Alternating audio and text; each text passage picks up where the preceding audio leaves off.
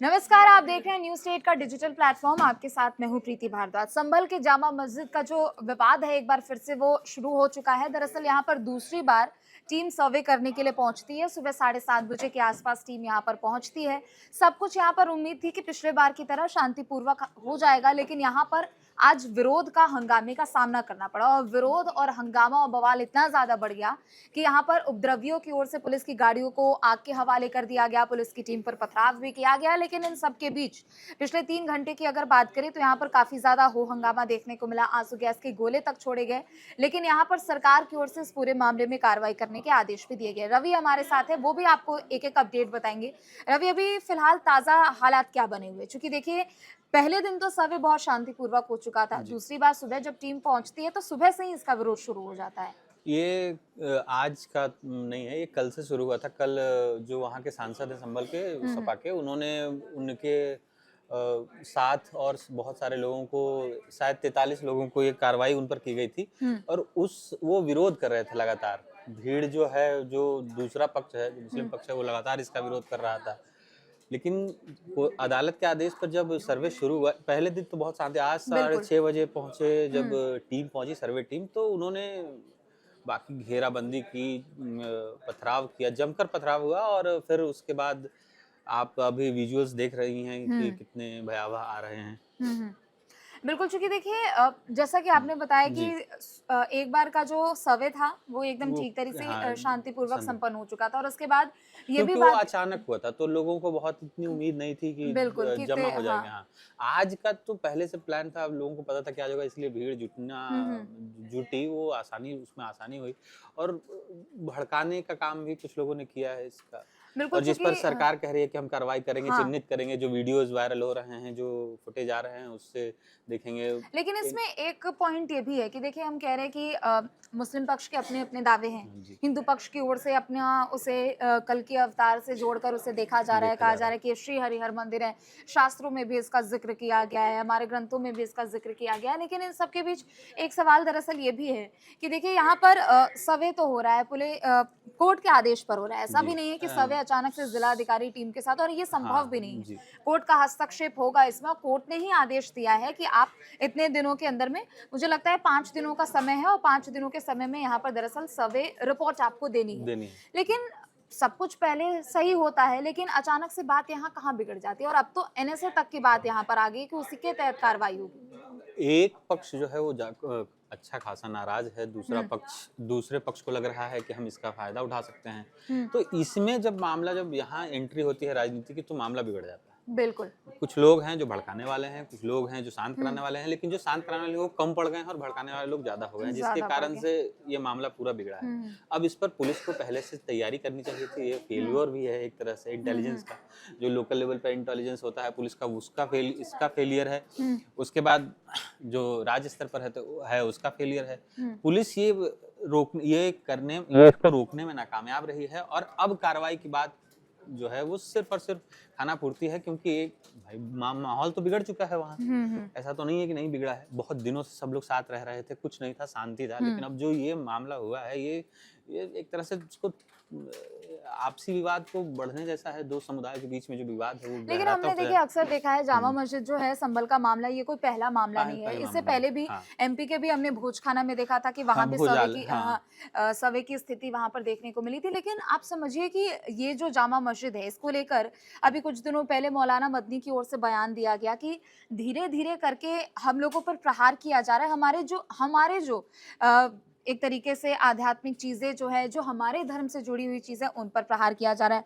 और अभी मौलाना शहाबुद्दीन ने भी कहा है कि जामा मस्जिद हमारी है, लेकिन दूसरी तरफ उन्होंने ये भी कहा है कि मुस्लिम भाई-बहन जो हैं, जो भी मुस्लिम भाई है, वो अमन-चैन बना कर रखें, क्योंकि ये तो हमारा ही है। देखिए ये पहला मामला नहीं है। बिल्कुल। इससे पहले आप काशी का उदाहरण देख लीजिए, उसके बाद मथुरा का उदाहरण देख हुँ। लीजिए, अब ये संभल का एक नया उदाहरण है, हुँ। उससे पहले मध्य प्रदेश का जो भोज गौशाला है, हुँ। वो उसका उदाहरण देख लीजिए। जो पहले हिंदू पक्ष का कहना है कि जो हमारी चीज़ें हैं हम लेंगे, कुछ लोगों का कहना है, पूरे हिंदू समाज का तो नहीं कहना है, कुछ लोगों का कहना है कि हम लेंगे, और उसके लिए वो क्या तरीका अपना रहे हैं, वो कोर्ट का तरीका अपना रहे हैं। अभी जो काशी का विवाद जो है वो बहुत लंबे समय अब सुप्रीम कोर्ट पहुंच चुका है। बिल्कुल। मथुरा का विवाद जो है वो हाई कोर्ट पहुंच चुका है।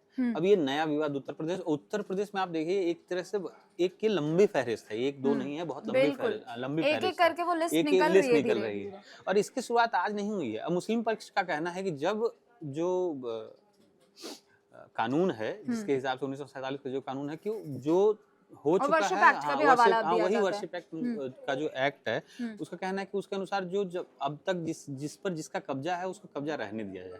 लेकिन कुछ लोगों के मन में है कि हमें अपना उस वर्शिप एक्ट में भी दरअसल यही है कि उसमें भी अगर कुछ संशोधन की तरह से अगर यहाँ वहां से भी अगर कुछ चीज निकल सकती है तो वहां तो निकालने की कोशिश की जा रही है। लेकिन अगर हम बात करें, देखिए संभल के इस जामा मस्जिद के संदर्भ में ये कहा जा रहा है कि पहले दिन ही जो सर्वे हुआ उसमें ही इतने सारे प्रमाण मिल गए कि आगे जाने की जरूरत है। हालांकि ये एक पक्ष है कि इतने ज्यादा प्रमाण मिल गए, लेकिन ये चूंकि मामला कोर्ट में विचाराधीन है तो एक लंबा चौड़ा समय भी लगेगा। ऐसा है, इसमें बहुत सारी चीजें हैं, एक नई चीज नहीं है, मतलब एक कुछ खास अनोखा नहीं हुआ है, बहुत सारी चीजें हैं। जैसे भारत में बहुत जो बाहर से आए, अगर उन्होंने अपना कुछ बनाया है तो वो यहीं की चीजों से बनाएंगे। ये ठीक बात है कि उन्होंने अब जिसका जितना वो प्रमाण भी दिखते हैं, वो कह रहे हैं कि वो शिल्पकारों का वो उसमें उल्लेख दिखता है, श्लोक दिखते हैं, स्वास्तिक चिन्ह नजर आता है, ये सब चीजें होंगी। लेकिन जो समस्या है वो है कि इसका अभी जैसे ये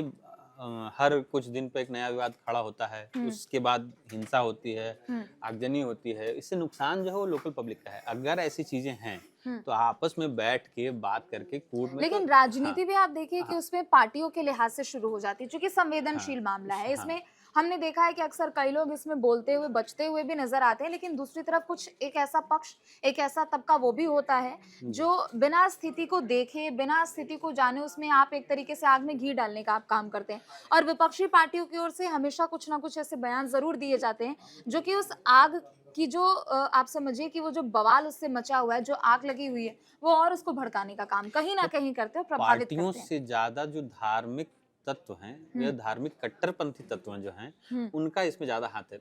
विपक्षी पार्टियां किसी का सपोर्ट कर सकती हैं कि हम एक पक्ष का सपोर्ट करते हैं, लेकिन जो माहौल जो बिगाड़ने का काम होता है वो कट्टरपंथी अपने बयानों से निकालते हैं। मौलानाओं ने दिया, धर्मगुरुओं ने दिया कि हम लेके रहेंगे, ये करेंगे, वो करेंगे, तो इससे और देखिए एक बड़ी खबर भी आ रही है कि अखिलेश यादव कह रहे हैं कि दोबारा मस्जिद का सर्वे कराने की आखिर क्या जरूरत है, माहौल को बिगाड़ने की कोशिश की जा रही है। तो हालांकि ये मामला कोर्ट में है और कोर्ट की तरफ से जो आदेश दिया जाएगा, आप समझिए कि एक तरफ कोर्ट के आदेशों का आप पालन करने की बात करते हैं, लेकिन दूसरी जब पुलिस की टीम शांति व्यवस्था को लेकर, सुरक्षा व्यवस्था को लेकर जब वहां मौके पर पहुंचती है और एक तरफ से जब इस तरीके की घटना हो जाती है और उस पर अगर जवाबी कार्रवाई में प्रशासन की टीम कुछ करती है तो उसको विपक्ष हमेशा अलग तरीके से दिखा देता है कि माहौल खराब करने की विपक्ष तो अपनी बात रखेगा। ये बात हम पॉलिटिकल इस एस्पेक्ट में अगर देखेंगे तो वो रखेगा, लेकिन जो समस्या है कि प्रशासन, यहाँ सबसे बड़ी गलती प्रशासन की है, उसको अपनी तैयारी एकदम टू द पॉइंट रखनी चाहिए थी ताकि इतना बवाल ना फैले।